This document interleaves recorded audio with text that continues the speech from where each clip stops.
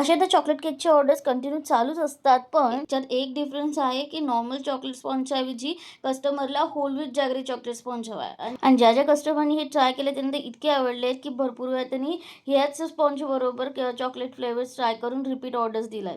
आणि शेवटी मी कस्टमरचा रिव्ह्यू सुद्धा ॲड केलाय, तर तो नक्की बघा. आजचा केक हा whole wheat jaggery chocolate mousse cake आहे.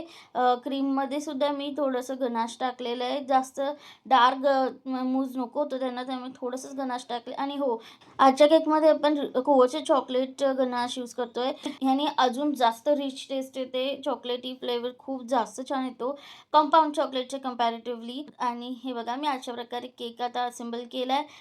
वरतून गनाश पोर केले आणि केकला कव्हर करून घेतले आणि सुंदरसे हे रोजेस बनवलेत. आणि माझा केक हा रेडी झालेला आहे. तुम्हाला कसा वाटला केक मला नक्की सांगा. आता आपण नेक्स्ट व्हिडिओमध्ये भेटू. तोपर्यंत बाय बाय.